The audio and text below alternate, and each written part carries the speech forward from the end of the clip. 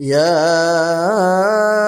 أيها الذين آمنوا كتب عليكم الصيام كما كتب على الذين من قبلكم لعلكم تتقون.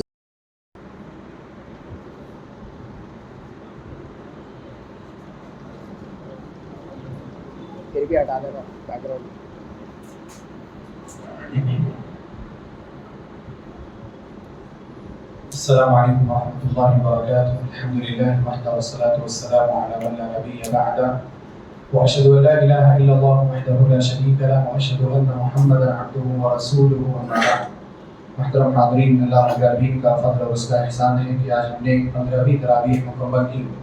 اللہ رب العالمین سے دعا ہے الہ العالمین تو ہمارے اس تراویح کی نماز کو قبول فرما اور ہمارے لیے اس نماز کو ذخیرہ آخرت بنا. آمین. محترم حاضرین، آج کی تراویح کی نماز میں 23ویں پارے کا نصف اخیر پڑھا گیا، جو سورہ صافات کی بقیہ آیات، اس کے بعد مکمل سورہ صاد اور اس کے بعد سورہ زمر کی کچھ آیات پر مشتمل تھا. سورہ صاد کی جو ابتدائی جو آیات ہیں، اللہ رب العالمین نے اس میں نبی صلی اللہ علیہ وسلم اور کفار اور مشرکین مکہ کے درمیان ایک میٹنگ کا تذکرہ کیا. دراصل جب ہمارے نبی جناب محمد رسول اللہ صلی اللہ علیہ وسلم نے دعوت پیش کرنا شروع کیا تو اس وقت پہل لوگوں نے مخالفت کی، یعنی جو بڑے بڑے سرداران قریش تھے ان لوگوں نے نبی صلی اللہ علیہ وسلم کی مخالفت کی. اللہ کے رسول صلی اللہ علیہ وسلم بہت مضبوط پوزیشن میں تھے اور بہت مضبوط پوزیشن میں آپ نے دعوت کا کام شروع کیا تھا. پوزیشن کس اعتبار سے مضبوط تھی؟ ایک تو خاندان کے اعتبار سے آپ مضبوط تھے، دوسرے نبی صلی اللہ علیہ وسلم جس شخص کی کفالت میں تھے مکہ کے ہر شخص کا وہ محبوب شخص تھا، یعنی ابو طالب، اور مکہ کی سرداری یا بڑی بڑی چیزوں کی ذمہ داری ابو طالب کے سپرد تھی. تو اللہ رب العالمین نے ایسا انتظام کیا تھا کہ ابو طالب کے تربیت میں اور ان کی پرورش میں اللہ کے رسول صلی اللہ علیہ وسلم کو رکھا تھا. اس اعتبار سے بھی آپ مضبوط تھے. مضبوط اس اعتبار سے بھی تھے کہ 40 سال کا عرصہ آپ نے بہترین پاکیزگی والا گزارا تھا. کوئی آپ صلی اللہ علیہ وسلم کی شخصیت پر ایک سوال بھی نہیں اٹھا سکتا تھا. ایسی زندگی آپ نے گزاری. اس اعتبار سے بھی آپ مضبوط تھے. تو شروع میں ان لوگوں نے تھوڑی مخالفتیں کی، لیکن جب نبی صلی اللہ علیہ وسلم کی دعوت بڑھتی گئی اور لوگ اسلام میں داخل ہوتے گئے تو لوگوں کے پیٹ میں درد ہونا شروع ہوا اور انہوں نے نبی صلی اللہ علیہ وسلم کو روکنے کے لیے دعوت کے کام سے بہت ساری کوششیں. ان کے یہاں سب سے بڑی کوشش کیا تھی کہ ابو طالب سے بات کیا جائے، کیونکہ وہ لوگ ڈائریکٹ نبی صلی اللہ علیہ وسلم کو کچھ کہنا نہیں چاہتے تھے، ان سے کچھ تکرار نہیں کرنا چاہتے تھے، ان سے معاملہ نہیں کرنا چاہتے تھے. ایک تو اس وجہ سے بھی کیونکہ وہ سرداران میں سے نہیں تھے، ابو طالب سردار تھے. دوسرے اس وجہ سے بھی کہ اللہ رب العالمین نے نبی صلی اللہ علیہ وسلم کو رعب دیا تھا. آپ کی شخصیت کاموں پہ تھی، کوئی آ کر کے ایسے ڈائریکٹ بات کرے ایسا بہت کم ہوتا تھا. لوگوں کی ہمت نہیں ہوتی تھی جلدی کہ نبی صلی اللہ علیہ وسلم سے ایسا بات کرتے ہیں.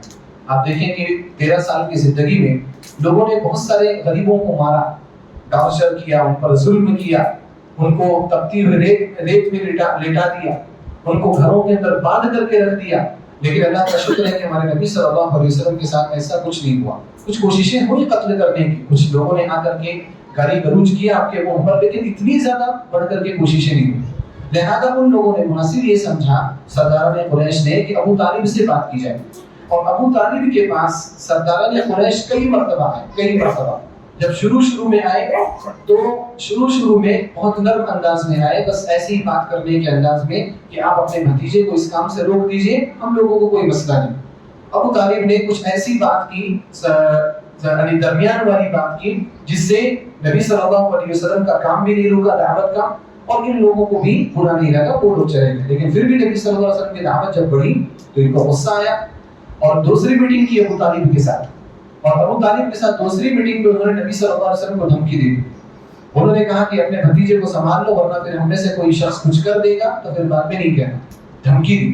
ابو طالب اس وقت پریشان ہوئے، لیکن پھر بھی کام تو چلنا تھا، اس دعوت دین کا وہ کام رکنا نہیں تھا.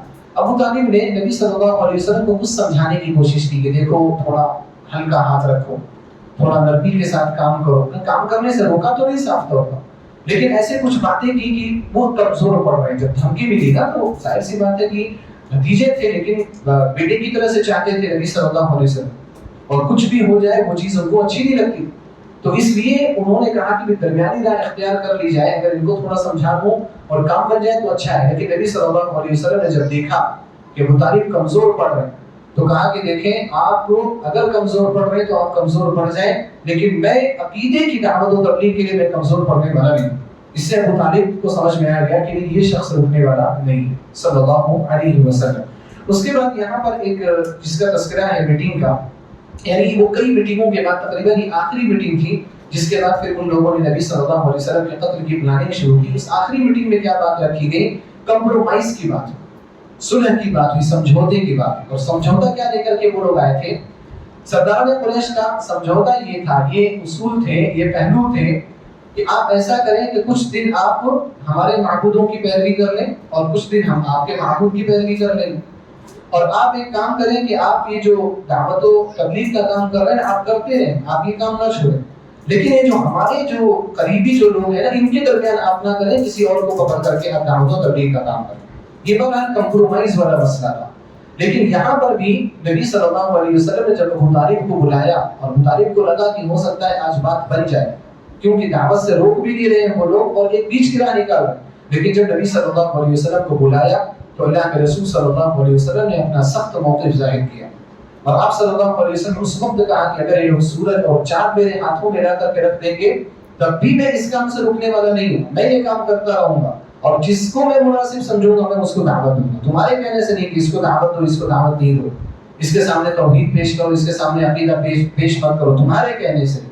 مجھے اللہ رب العالمین نے حکم دیا تم فانذر, کھڑے ہو ڈرانا شروع کرو, میں سب کو ڈراؤں گا, کسی کے درمیان فرق نہیں کروں گا. اسی میٹنگ کا تذکرہ اللہ رب العالمین نے سورہ صاد کی ابتدائی آیات میں کیا ہے.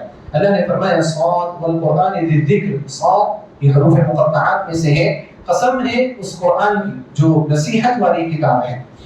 بل الذین کفروا فی عزۃ وشقاق, کافر جو ہے یہ تکبر میں ہے, مخالفت میں ہے, آپ کی مخالفت کرنا چاہتے ہیں, اور تکبر میں ہے کیوں؟ کیونکہ وہ آپ کی بات ماننا نہیں چاہتے. تکبر صرف یہ نہیں کہ انسان اپنے مال پر فخر کرے, تکبر صرف یہ نہیں کہ انسان اپنے لباس پر اور اپنے گھر اور بار پر فخر کرے, بلکہ تکبر یہ بھی ہے کہ انسان کو حق پتہ چل جائے اور اس کے بعد وہ حق کو قبول نہ کرے, یہ بھی تکبر ہے.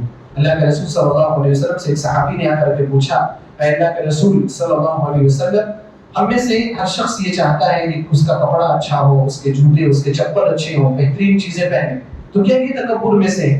تو نبی صلی اللہ علیہ وسلم نے کہا کہ ان اللہ جمیل یحب الجمال, اللہ رب العالمین خوبصورت ہے, خوبصورتی کو پسند کرتا ہے, آپ اچھے سے رہو, خوبصورت بن کر کے رہو. یہ تکبر نہیں ہے. تکبر کیا ہے؟ الکبر بطر الحق وغمط الناس. تکبر یہ ہے کہ انسان حق کو ٹھکرا دے, سب سے پہلی چیز حق کو ٹھکرا دے. وغمط الناس, دوسری چیز یہ ہے کہ لوگوں کو حقیر سمجھے. لوگوں کو حقیر سمجھنا یہ بعد کا تکبر ہے. پہلا تکبر کیا ہے کہ انسان حق کو جاننے کے باوجود حق کو نہ مانے. اس طرح کے متکبرین بے شمار ہمارے درمیان پڑے. اگر آج اس اعتبار سے لوگوں کو متکبر کہو تو لوگوں کو سمجھ میں نہیں آتا کہ یہ کیا تکبر ہے. یہ تکبر اس چیز کو لوگ تکبر سمجھتے ہی نہیں, حالانکہ یہ بڑا تکبر ہے. نبی صلی اللہ علیہ وسلم پہلے اس کا ذکر کیا, اسی لیے کہا کہ فی عزت, یہ تکبر میں ہے, وشقاق اور مخالفت میں ہے. کم اہلکنا من قبلہم من قرن, ان کو پتہ نہیں ہے کہ ان سے پہلے ہم نے کتنی بستیوں کو ہلاک کیا. فنادوا ونادى حين مناص, اور وہ بستی والے چیختے رہے, چلاتے رہے, لیکن ان کو بچنے کا کوئی موقع نہیں ملا, بچنے کی کوئی راہ نہیں ملی. وعجبوا ان جاءهم منذر منهم, اور ان کو تعجب کس بات پر ہے؟ ان کو تعجب اس بات پر ہے کہ انہی میں سے ایک ڈرانے والا آ گیا, انہی میں سے ایک رسول آ گیا. وہ لوگ کہا کرتے تھے نا کہ اگر رسول بھیجنا تھا تو فرشتہ بھیج دیتے, رسول بھیجنا تھا تو کوئی اور بھی طائف کا یا مکے کا کوئی بڑا آدمی, کوئی اسٹیٹس والا آدمی, کوئی باوقار آدمی نبی بن جاتا. محمد صلی اللہ علیہ وسلم یہی ملے تھے نبی بنائے جانے کے لیے.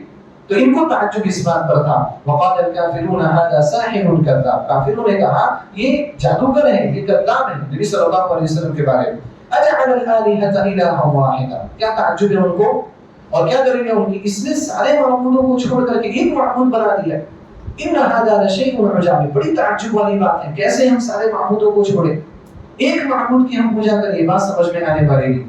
یہاں پر ایک بات سمجھ میں آتی ہے کہ جب فطرت مسخ ہو جاتی ہے, جب باطل انسان کے ذہن میں راسخ ہو جاتا ہے, مضبوط ہو جاتا ہے, پھر انسان کو صحیح بات صحیح سمجھ میں نہیں آتی، حق جلدی سمجھ میں نہیں آتی۔ ان لوگوں کے اندر نا کفر جب سما گیا تھا، ان کی گھٹی میں پلا دیا گیا تھا، جیسا کہ اللہ رب نے فرمایا وَأُشْرِبُوا فِي قُلُوبِهِمُ الْعِجْلَ بِكُفْرِهِمْ، کہ اہل کتاب جو تھے یہود، بچڑے کی پوجا کرنے کی محبت ان کے دلوں میں بیٹھا دی گئی تھی، بچڑا چھوڑنے کو تیار نہیں تھے، نبی کو چھوڑ دیا لیکن بچڑا چھوڑنے کو تیار نہیں، گائے کی پوجا چھوڑنے کو تیار نہیں۔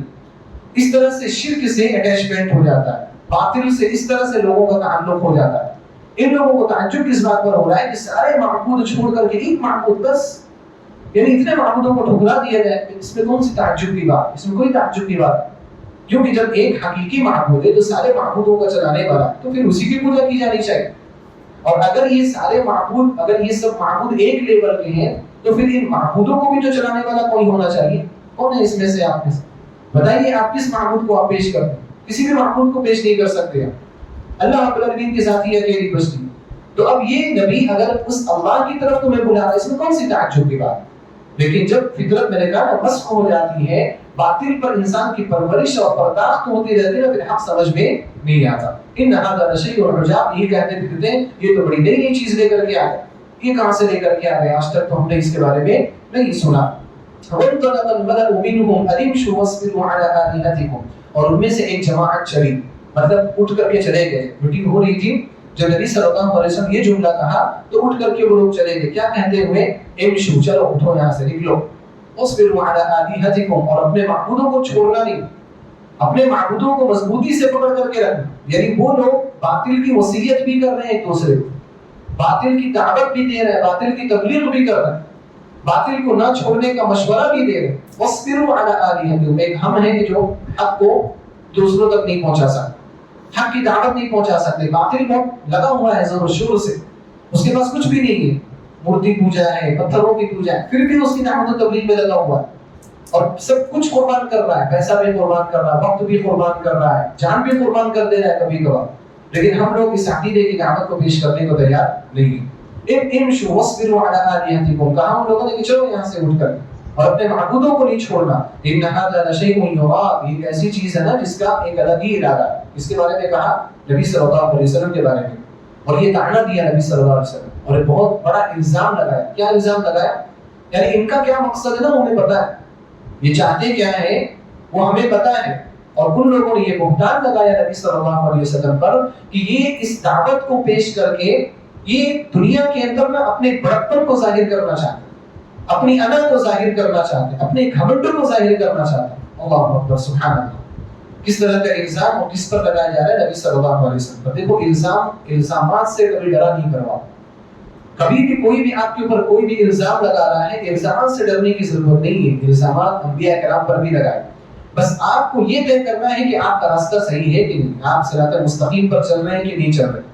کوئی کچھ بھی کہے کہ آپ کیا ہو گئے، آپ کیا مطلب مختلف القاب سے لوگ یاد کرتے ہیں نا جب انسان توحید کی راہ اختیار کر لیتا ہے، ان القابات سے آپ کو ڈرنا نہیں ہے۔ بے دین ہو گئے یہ بولا کرتے تھے پہلے کے زمانے کے لوگ، اگر کوئی اسلام قبول کرتا تھا اس کو صابی کہا کرتے تھے، ملحد ہو گیا، بے دین ہو گیا۔ تو اس طرح کے الزامات کی پرواہ انسان نہیں کرتا۔ اللہ کے رسول صلی اللہ علیہ وسلم پر بہت بڑا الزام لگایا جا رہا ہے، کہا جا رہا ہے کہ دنیا کے طالب ہیں، ان کو کرسی چاہیے، ان کو حکومت چاہیے، ان کو بادشاہ چاہیے، پتہ ہے ان ھذا لشیء یراد، ان کا ارادہ کیا ہے، ان کا مقصد کیا ہے، سب پتہ ہے۔ نہیں نکلتے تکبر کے انداز میں نبی صلی اللہ علیہ وسلم پر ایک الزام لگاتے ہوئے چلے گئے۔ آپ صلی اللہ علیہ وسلم کا دل کتنا ٹوٹا ہوگا ہمارا اندازہ لگا سکتے ہیں؟ نہیں لگا سکتے، لیکن پھر بھی نبی صلی اللہ علیہ وسلم کا کام رکا؟ کام کبھی بھی نہیں رکا۔ آپ اپنے کام میں آگے بڑھے، بلکہ ان واقعات کی بنا پر آپ کے کام میں اور تیزی آتی تھی، اور جوش اور بڑبڑے کے ساتھ نبی صلی اللہ علیہ وسلم کام کیا کرتے تھے۔ ان ھذا لشیء یراد ما سمعنا بهذا في الملة الاخرة، انہوں نے کہا کہ ہم نے پہلی والی ملت میں تو اس طرح کی بات نہیں سنی۔ پہلی والی ملت سے کیا مراد؟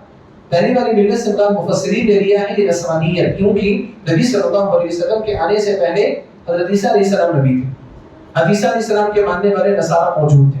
ان لوگوں نے کیا کہا؟ دیکھو بہت اہم بات ہے یہاں پر، ان لوگوں نے کہا کہ ہم نے پہلے والے دین میں یہ والی بات نہیں سنی، ما سمعنا بهذا في الملة الآخرة، وہ بھی تو برحق ہیں اور تم بھی ان کو برحق کہہ رہے ہو کہ تم سے پہلے وہ برحق تھے۔ اسلام کیا کہتا ہے؟ اسلام یہی کہہ رہا ہے نا کہ محمد صلی اللہ علیہ وسلم کے نبی بنائے جانے سے پہلے عیسیٰ علیہ السلام کیا تھے؟ برحق تھے، اور ان کے ماننے والے بھی برحق تھے۔ حضرت سلمان فارسی رضی اللہ تعالیٰ عنہ کا واقعہ آپ جانتے ہیں کہ نبی صلی اللہ علیہ وسلم کے پاس آنے سے پہلے وہ عیسائی تھے. پہلے تو فارسی تھے، مجوسی تھے، آپ کی پوجا کرنے والے تھے. پھر عیسائیت انہوں نے قبول کیا اور عیسائی پادریوں کے پاس رہتے تھے. اور جو پادری تھے نا وہ بڑے اچھے پادری تھے، مخلص پادری ان کو ملے تھے. جو بھی ملا تقریباً 3 سے 4 پادریوں کا زمانہ انہوں نے پایا سلمان فارسی رضی اللہ تعالیٰ، اور بہت لمبی مدت گزاری. سلمان فارسی رضی اللہ تعالیٰ کی عمر تقریباً 200 سال بتاتے ہیں اہل تاریخ. 200 سال سے زائد وہ زندہ رہے، کیونکہ وہ تقریباً 4 سے 5 پادریوں کے پاس ایک لمبی مدت تک رہے. ایک پادری کے پاس رہتے، اس کے پاس رہ کر کے دین پر عمل کرتے رہتے نصرانیت کے حساب سے. پھر جب اس پادری کے مرنے کا وقت آتا تو اس سے پوچھتے کہ اب میں کس کے پاس جاؤں، تو وہ بتاتا کہ فلاں شہر میں فلاں پادری ہے وہ اچھا ہے. جیسے علماء کے بارے میں بتاتے ہیں کہ فلاں عالم اچھے ہیں ان کے پاس ہے، ویسے وہ بتاتا کہ فلاں پادری کے پاس جاؤ اور وہ اچھے ہیں تو وہ ان کے پاس چلے جاتے. اس طرح سے جو نبی صلی اللہ علیہ وسلم کی بعثت سے پہلے جو آخری جو پادری تھا، جب اس کی وفات ہونے لگی تو سلمان فارسی رضی اللہ تعالیٰ عنہ نے اس سے پوچھا کہ اب میں کس پادری کے پاس جاؤں. تو اس نے کہا کہ اب کسی پادری کے پاس جانے کی ضرورت نہیں، اس نبی کے آنے کا وقت قریب آ چکا ہے. جو نبی آخری نبی ہے عیسیٰ علیہ السلام کے بعد آنے والا. اور نبی صلی اللہ علیہ وسلم کی اس نے نشانیاں بتائی، شہر بھی بتایا، مدینہ کا تذکرہ بھی کیا کہ کھجوروں والے شہر میں وہ آئے گا اور ایسے ایسے ہوگا، ساری نشانیاں بتائی. تو سلمان فارسی رضی اللہ عنہ تب سے تلاش میں تھے اور پھر نبی صلی اللہ علیہ وسلم کے پاس آئے، مدینہ میں غلام بن کر کے آئے، خادم بن کر کے آئے، پھر اسلام انہوں نے قبول کر لیا. تو آپ دیکھو اس سے پہلے کون سا مذہب حق پر تھا؟ عیسائیت والا. اب عیسائیت کے بارے میں مشرکین کیا کہہ رہے تھے کہ ما سمعنا بهذا في الملة الآخرة، جو پہلی والی ملت تھی، لاسٹ جو دین تھا نصرانیت، اس میں ہم نے اس طرح کی بات تو نہیں سنی کہ سارے معبود باطل ہیں، ایک ہی معبود برحق ہے. کیوں اس طرح کی بات کیا؟ عیسیٰ علیہ السلام کوئی شرک والا دین لے کر کے آئے تھے؟ نہیں، عیسیٰ علیہ السلام بھی دین لے کر کے آئے تھے کہ ایک اللہ کی عبادت کرو، اس کے علاوہ کسی کی عبادت نہ کرو. لیکن عیسیٰ علیہ السلام کے دین کو لوگوں نے بدل دیا تھا، اس میں تحریف کر دی تھی. اور نبی صلی اللہ علیہ وسلم کے زمانے تک 3 گروہ پائے جانے لگے تھے عیسیٰ علیہ السلام کے ماننے والوں. ایک تو وہ جو عیسیٰ علیہ السلام کو اللہ کا بیٹا کہتا تھا، دوسرا وہ گروہ جو عیسیٰ علیہ السلام کو 3 میں کا تیسرا کہتا تھا، تیسرا وہ گروہ جو عیسیٰ علیہ السلام کو ہی گاڈ کہتا تھا، اللہ کہتا تھا. اب اس طرح سے آپ دیکھو تو کیا نبی صلی اللہ علیہ وسلم کی جو دعوت تھی وہ نصرانیت سے میچ کر رہی تھی؟ نہیں کر رہی تھی، کیونکہ اس دعوت میں تحریف ہو گئی تھی. اور نبی صلی اللہ علیہ وسلم کا جو بتایا ہوا جو دین تھا وہ خالص تھا.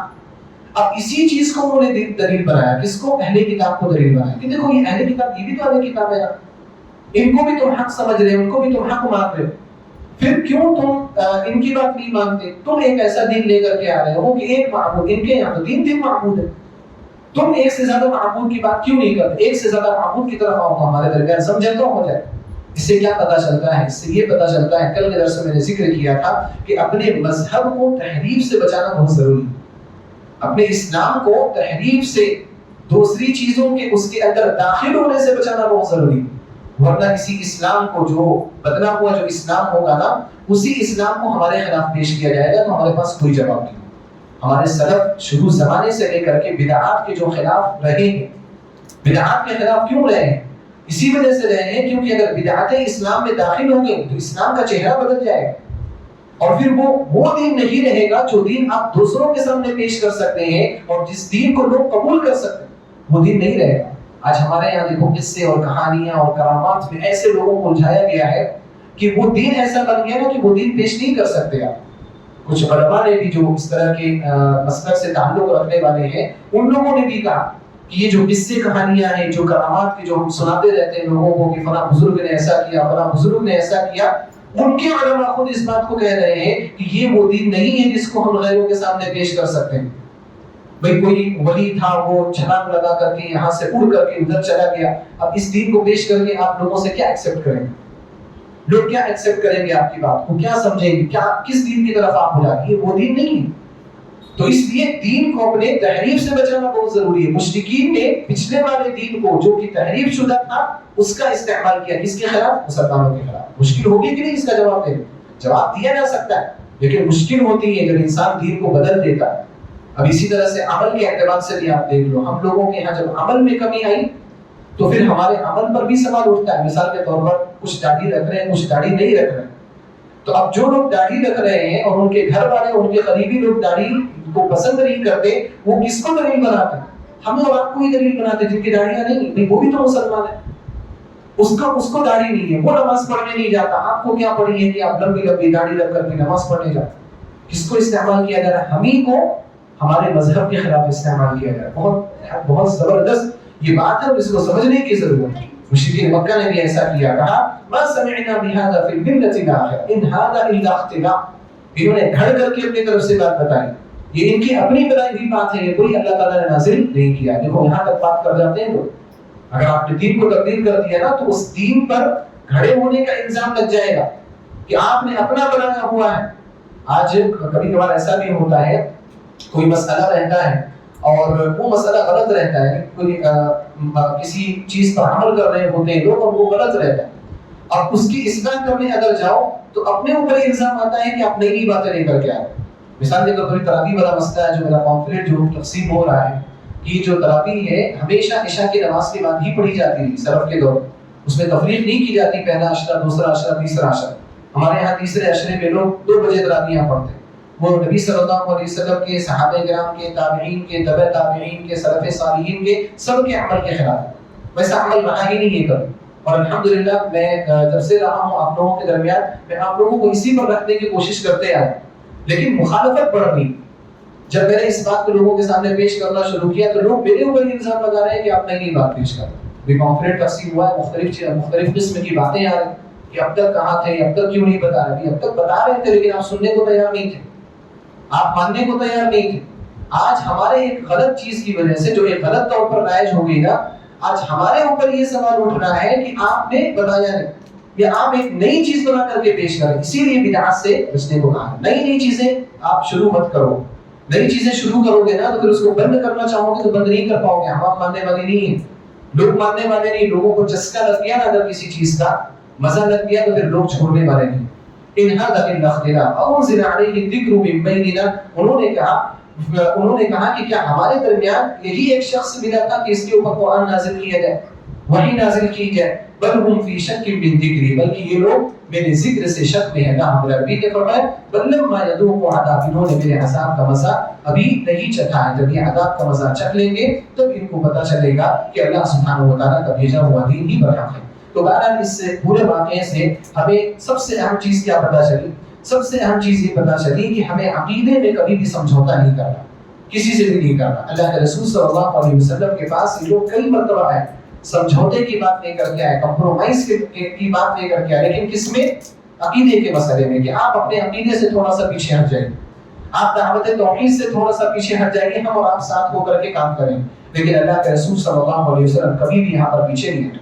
دوسرے مسائل میں آپ سمجھوتا کرنے کو تیار تھے۔ مثال کے طور پر جب بدر میں 70 مشرکین کو قید کر کے لے کر کے آئے تھے تو اللہ کے رسول صلی اللہ علیہ وسلم نے یہاں پر سمجھوتا کیا۔ کیا سمجھوتا کیا؟ کوئی فدیہ دے کر کے ان کو آزاد کر دو، ان کو مارنا ضروری نہیں ہے، مارنے میں کوئی فائدہ نہیں۔ عمر بن خطاب رضی اللہ عنہ کہہ رہے تھے ان سب کو قتل کرو، ان کو چھوڑو مت، کیونکہ یہ لوگ واپس جائیں گے نا تو پھر واپس اپنی طاقت بنا کر کے پھر ہم پر حملہ کریں۔ لیکن اللہ کے رسول صلی اللہ علیہ وسلم عمر صدیق رضی اللہ عنہ نے کہا کہ چھوڑ دو، کمپرومائز کر لیتے، مصالحت کر لیتے ہیں، آپ نے فدیہ دے کر کے چھوڑ دیا۔ اللہ رب العالمین کو عمر بن خطاب رضی اللہ عنہ کی رائے پسند تھی۔ اللہ تعالیٰ نے سورہ انفال کے اخیر میں آیات ہے وہ نازل فرمائے کہ ما كان للنبي ان يكون له اسرى حتى يثخن في الارض، نبی کے پاس قیدی ہو اور وہ ان قیدیوں کو زمین میں نہ ڈالے، یہ نبی کے لیے مناسب نہیں۔ تريدون عرض الدنيا، تم دنیا چاہتے ہو، حالانکہ نبی صلی اللہ علیہ وسلم دنیا چاہیں گے ہو ہی نہیں سکتا، لیکن آپ نے فدیہ دیا نا تو اللہ رب العالمین نے اتنی سخت بات کہی کہ آپ دنیا کے لیے آپ نے ان کو چھوڑ دیا۔ واللہ يريد الاخرہ، اللہ تعالیٰ آخرت چاہتا ہے۔ میں یہ مثال کیوں دی کہ دیکھو نبی صلی اللہ علیہ وسلم نے یہاں پر کمپرومائز کیا، کیونکہ یہاں پر کوئی عقیدے کا مسئلہ نہیں تھا، ایک سیاسی مسئلہ تھا، ایک سیاسی مسئلہ تھا کہ ان کو چھوڑ دیا جائے، کہ ان کو مار دیا جائے۔ لیکن شرک کے مسائل میں، عقیدے کے مسائل میں کبھی بھی آپ نہیں جھوٹے، کبھی بھی آپ نے ان کے ساتھ سمجھوتا نہیں کیا۔ بدر کے قیدیوں کے بارے میں بھی آپ صلی اللہ علیہ وسلم نے کہا کہ مطعم بن عدی زندہ ہوتے تو میں ان کی بات کی وجہ سے ان سب کو چھوڑ دیتا۔ مطعم بن عدی جنہوں نے آپ کو پناہ دی تھی مکہ کے اندر، تو یہاں پر مطعم بن عدی کی بات ماننے کو تیار ہے، لیکن جب کفر اور شرک کے خلاف آواز اٹھانے کی بات آ رہی ہے تو وہاں پر نبی صلی اللہ علیہ وسلم کسی کی بھی بات کو ماننے کو تیار نہیں۔ اس سے ہمیں ایک اہم سبق یہ ملتا ہے کہ ہمیں بھی چاہیے کہ ہم اپنے عقیدے کی حفاظت کریں، ہم جانتے بوجھتے ہوئے بھی شرک میں نہ گھسیں۔ کچھ لوگ، اللہ تعالیٰ سب کو ہدایت دے، ہمیں بھی ہدایت دے، سب کو ہدایت، کچھ لوگ حق کو جانتے ہوئے بھی چند چیزوں کی بنا پر، چند وجوہات کی بنا پر، دنیا کی بنا پر یا گھر گھراؤ کی بنا پر یا رکھ رکھاؤ کی بنا پر یا والدین اور اولاد کی بنا پر شرک کو قبول کیے ہوئے بیٹھے ہیں، شرک کے خلاف آواز نہیں اٹھا رہے۔ یہ چیز نبی صلی اللہ علیہ وسلم کی تعلیمات کے بالکل مخالف ہے۔ آپ صلی اللہ علیہ وسلم نے کبھی شرک سے سمجھوتا کرنا ہمیں نہیں سکھایا۔ دوسرے معاملات میں ہم سمجھوتا کر سکتے ہیں، آپس میں بھی کر سکتے ہیں، غیروں سے بھی کر سکتے ہیں، لیکن شرک کے معاملے میں نہیں کر سکتے۔ اللہ رب العالمین سے دعا ہے کہ الہ العالمین تو ہم سب کے دلوں کے اندر توحید کی محبت پیدا فرما دے۔ الہ العالمین تو ہم سب کو ہر طرح کی برے عقیدے سے محفوظ فرما، شرک اور کفر سے محفوظ فرما۔ آمین وآخر دعوانا الحمد للہ رب العالمین۔ السلام علیکم ورحمۃ اللہ